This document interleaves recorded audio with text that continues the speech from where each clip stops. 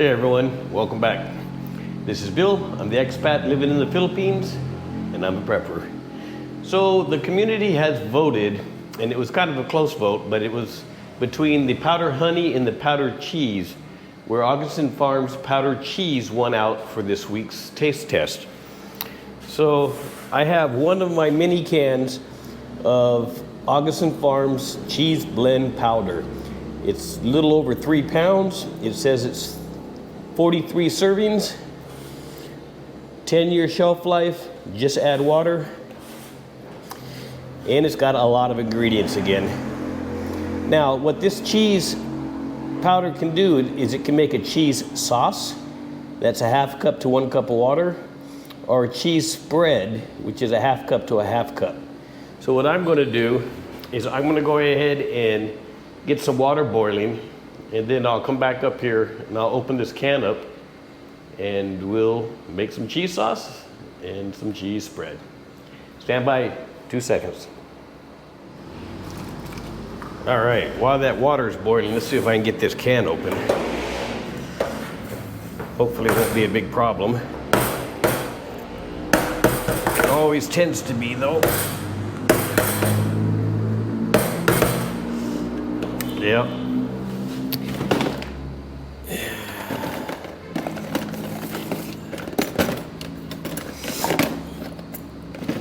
Sometimes it pays to be a Boy Scout.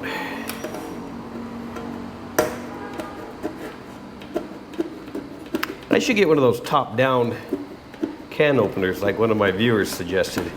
Maybe just mount it on this table like you see in a commercial kitchen. Something that the holder is just there, and then you can just put the slam-down opener when you need it. But a P90 works. It's just a bit of work as well. I've always had the worst of luck with these cans, though. It just amazes me. I mean, I guess the good thing is it's a proper can.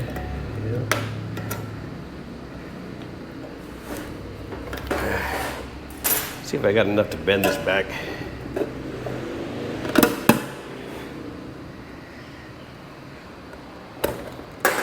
And do this without cutting myself, which is key. All right, so what do we got here? I would say we have a fairly full can, right up, kind of up to the edge there. I would say more than 3/4 full of a fine powder, and I can see an oxygen absorber in here for sure, at least one. Oh, it's a dually. All right, so the measurements we need, and it sure would have been easier if I could open this can. I don't know why it's such a pain. All right, well, the measurements we want are going to be a 1/2 cup for the sauce and a 1/2 cup for the spread. So they're both going to be a 1/2 cup. So let's see if I can get this a 1/2 cup in here.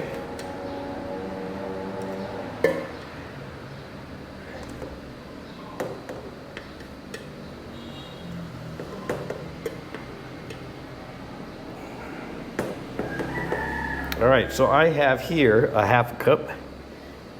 If you can see that, I'll put that in the bowl for the sauce. 1, 2, 3. Not quite a 1/2 cup there. All right, and another 1/2 cup I will put in here in advance for the hot water. I will definitely repackage this back up into Mylar with some new O2 absorbers because I don't need 43 servings of cheese. I'm going to go downstairs. I'm going to bring the boiling water up. I'll see you guys in 2 seconds. All right, guys, I am back.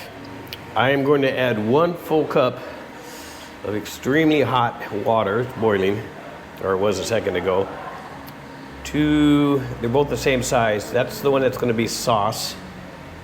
And I'm going to add a half a cup of water to the one that's going to be a cheese spread. So it says to me. Let me move the camera here. So let's first give it a good mix. So this is the cheese sauce one. I'm going to give it a good mix here. It is thickening up. You guys probably can't see it in the bowl, but it is definitely thickening. It's a little lumpy though still. So let me stir that up. I'm gonna let that sit for a second, and I'm gonna stir up this cheese spread one and make sure I get this rehydrating in good order. Now this one's definitely crumbly. So it's 1 cup of powder for each of these styles, but half the water makes more of this, I don't know if you can see it here, crumbly cheese whiz? I'm not sure what you'd call this, but let me get it folded, because at this point I'm folding it more than mixing it.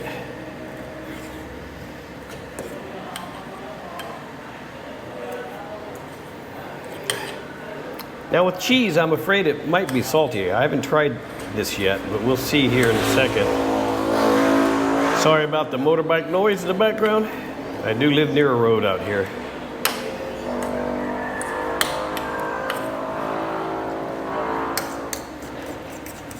I'm gonna give this sauce another shake up here.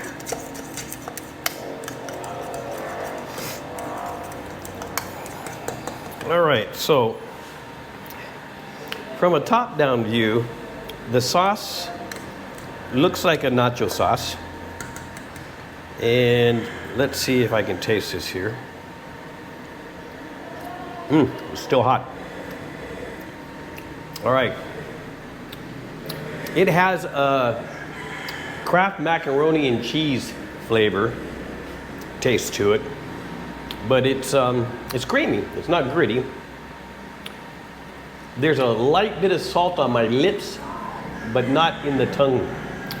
I think this would go good on nachos or in pasta, right? So that was that one. Now this guy here looks a little lumpy and clumpy. You guys can see that. It says it's spreadable, and I'm assuming it is. So if you're from the Philippines, you're familiar with gardenia, which is the Wonder Bread of choice out here. Let's see just how spreadable this is. All right, so I'm just going to take a regular piece of bread here and make sure you can see what I'm doing.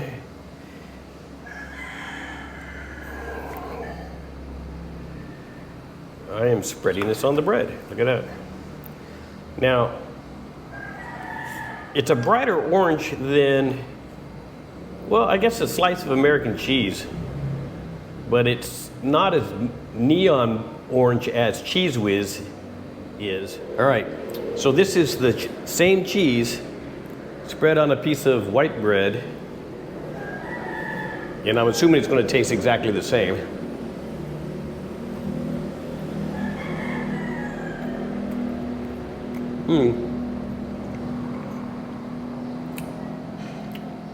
Reminds me of an untoasted grilled cheese sandwich. It's actually a pretty good taste. It's creamy.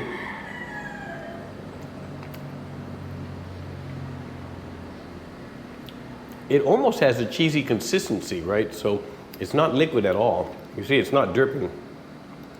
You know, it's cheese. All right, guys. I'm going to have to say that the powdered cheese is really good. It's used in cooking for a lot, right? So you can just make a cheese sandwich like I just did, and that's fine. You can put this on any kind of sandwich, burger, or whatever. And if you made the spreadable version, I'm assuming it would go good in pasta or on broccoli or vegetables or anything just fine. So I'm going to give this a good rating. I like the powdered cheese. I'm going to go ahead and make sure I seal up the rest of that and get it on the shelf. And I'm glad I have this in my long-term storage, good for 10 years, give or take.